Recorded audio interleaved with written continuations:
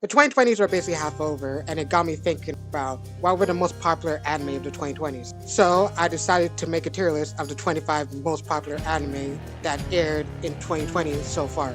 And the way I determined how popular an anime was combining the total amount of my anime list users who added it to their list. And it was based on anime that started in the 2020s or a new season started in the 2020s. That if a show had a multiple canon movies or seasons, I combine all seasons together to determine how popular a series. So I have 5 different tiers: peak fiction, amazing, mid derogatory, and haven't watched. Alright, time to get started. First up is Jujutsu Kaisen. Season 1 and 2 of Jujutsu Kaisen and the movie I thought were all fantastic. Even though I'm not a overall huge fan of JJK, I can acknowledge greatness when I see it. So that easily is going to peak fiction. Next up is To Your Eternity. I have not watched it as of yet, but from people who have watched it has said nothing but good things. So eventually I'll probably watch it, especially since season 3 of the anime is soon going to start airing. So it has to go into I have not watched. Bleach the Thousand Year Blood War. This was easily my most anticipated anime going into the 2020s because growing up I was a huge fan of it. And the anime adaptation for it is absolutely amazing. But unfortunately I have not really felt the need to rewatch any of the Thousand Year Blood War. So it is going to be amazing. Next up is Oshinoko. I read the first couple chapters of Oshinoko before they announced the anime, and I stopped reading the manga because I wanted to watch the anime, as well as I wanted to own every single volume because it felt like this series was going to be something special. And the anime adaptation for it was fantastic. Season 1 was my anime of the year in 2023, and season 2 was close to being my anime of the year in 2024. So there's no other way to put it for me. Oshinoko is clearly peak fiction. Tower of God. I thought the first season was okay. Everyone was hyping up saying Tower of God was one of the best webtoons / manhwa ever. And I thought season 1 was okay, and season 2 and 3 were just yikes. I just think it's mid, but it has to go mid derogatory because season 2 and 3 are not that good. Eminence in Shadow. I had low expectations when watching this, but watching Eminence in Shadows reminded me of watching Konosuba for the first time, where it leans into the tropes of an isekai and flips it on his head. In particular with the main character basically manifesting anything he said to existence. And it's honestly one of the most funniest shows I've seen in 2020. I'm more leaning to putting it into amazing, but I could see myself putting it into mid. Rising of Shield Hero. I initially dropped Shield Hero during season 2 because I just thought it was bad. And I originally was not a fan of Shield Hero to begin with. And I also made a post talking about how I was not really interested in Shield Hero. And some person spoiled what happened in season 2, which annoyed me because how are you going to spoil me a big part of the story to justify why it's good? And to be honest, that made me stop talking about currently airing anime, or anime I'm currently watching, to prevent from being unnecessarily spoiled. I'm putting it mid derogatory because season 2 was just so bad, and season 3 and 4 I think are just fine. Nothing special. Is it wrong to pick up girls in a dungeon? Unironically, I generally like seasons 3 and 4 and 5 of Danmachi. It's far less reliant on the harem aspects of it and focus more on the adventure aspects of it, which made me enjoy it way more. Don't get me wrong, the harem aspects are still there, but it's not as prominent now. So I'm just going to leave it in mid. Komi Can't Communicate. I watched season 1 and 2 of this, and I cannot remember anything that happened. And for me, if I cannot remember anything, it's probably not that memorable. But from what I can remember, I enjoyed watching it, so I'm going to leave it in mid. 86. 86, I remember key parts of it, but I don't remember a lot from it. But what I can remember from it, I enjoyed watching it. I may rewatch it again to refresh my memory about it, so for now, I'm just going to leave it in mid. Solo Leveling. For season 1 of Solo Leveling, I thought it was mid. Like, mid in the sense it was a 7 out of 10. For season 2 of Solo Leveling, it was, in my mind, currently in consideration for Anime of the Year for 2025. But as time goes on, season 2 basically has the same problems as season 1, in which you only care about Sun Jin-woo. And for me, in an anime, I need to care about your side character. And they gave me no reason to like or care about the side character. But I still enjoy season 2, so I'm probably going to keep it in mid. Rent a Girlfriend. Oh god. Only watched season 1 and it was not that fun to watch. And I have no desire really to watch more seasons until we get the famous manga panel in the anime. When that happens, I'm probably going to binge it, but it's mid derogatory. It's bad, bro. Chainsaw Man. I'm excited for Chainsaw Man. The adaptation for Chainsaw Man was very good.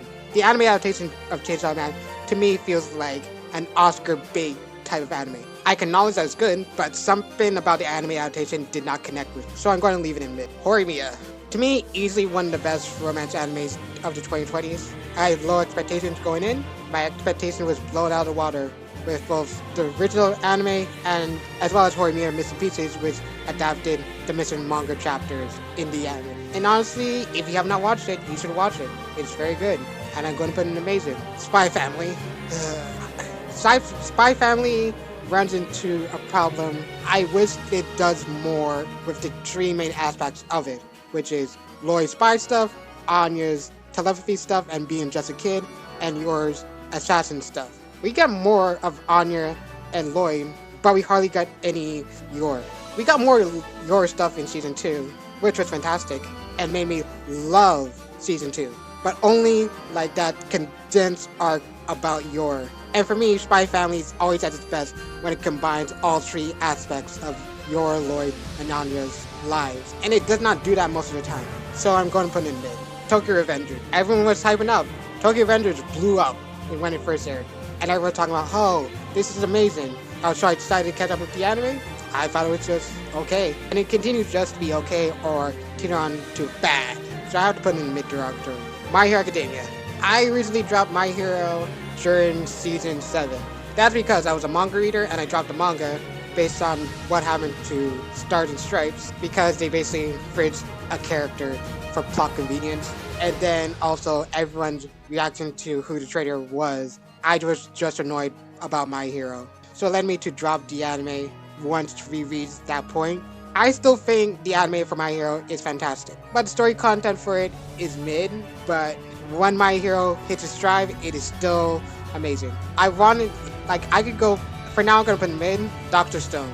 A lot of people have slowly fallen off Dr. Stone, but Dr. Stone is easily one of the best shonens that aired in the 2020s. Probably had one of the best arcs with Treasure Island, and probably have one of the best plot twists with the current season that's airing. I often refer to Dr. Stone as Dr. because it is peak. It is peak fiction. That time I got reincarnated as slime. I like slime. I think it's very good, but sometimes it's very slowly paced, where we get a lot of action and everything's happening. Then we get 12 episodes of basically just laying the groundwork for the next big rise in action. And for me, that can get boring at times. I still think it's very good, but I'm going to leave it in mid. Attack on Titan. Attack on Titan is easily one of my favorite animes of all time. And the anime adaptation of the final season and the ending was adapted fantastic. It is still peak fiction, no matter how you feel about it. Demon Slayer. If you ever hear me talk about Demon Slayer, I'm often very critical of it. I acknowledge that the animation is very good, but the story leaves a lot to desire. And it often does a lot of telling instead of showing, in the sense of what the characters are thinking. I recently collected data before Infinity Castle, so I'm not going to consider Infinity Castle since I recently watched it. Even though I don't think Demon Slayer overall as a story is that good, it is still amazing. I didn't like Moving Train in the manga, loved the movie. Entertainment District arc is one of my favorite arcs in Demon Slayer. Fantastic. I didn't like Swordsmith Village arc except for the ending of that arc, which is fantastic. Hostage Training arc could have been an email, but the last episode was fantastic.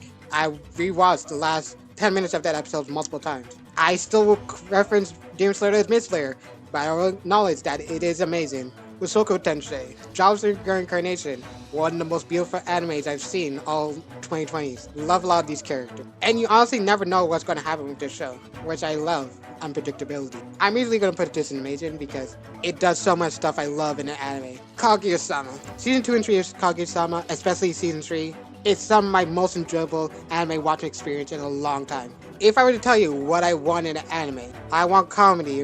I want characters with witty banter. I want side characters I care about just as much, if not more, than main character, as well as clear progression within the story. And of course, I love romance. And a tsundere character does not hurt as well, because I fucking love tsundere. If I were to tell you what was my anime of the 2020s, it is easily Kaguya-sama, Love is War. I don't even have to think about it. It is that amazing. Re:Zero. I dropped season 2 Re:Zero, then just watched a dub while I did stuff in the background. The pacing for it was just so bad. And I didn't really care about anything that was going on. Season 3, I love way more. But Season 2, I just did not like at all. Originally it was going to be mid-derogatory, but Season 3 saved it so it's going to be in mid. Alright, Haikyuu. To the top was fine. I love Haikyuu. Haikyuu is one of my favorite animes of all time. And I was looking forward to Nationals as an arc. But the anime adaptation for it has been kind of not as high to standard to what I expect from Haikyuu. Don't get me wrong, the content's still good, but To the Top got hindered because of COVID, which I don't blame anything on them. While Garbage Dump, I was not really looking forward to because there was going to kind of a lot of content. But in the end, we still got a very good movie. So I have to put it in amazing because Haikyuu is still Haikyuu, and Haikyuu is amazing. Anyway, that's the tier list. Let me just rearrange my peak fiction. Alright, for me, the peak fiction is in order. My favorite is Kaguya-sama Love is War, then Oshinoko, then Attack on Titan, Dr. Stone, and Jujutsu Kaisen. Anyways, that is my tier list. Feel free to share why my opinions are bad in the comment section below, and share your own opinions in the comments down below.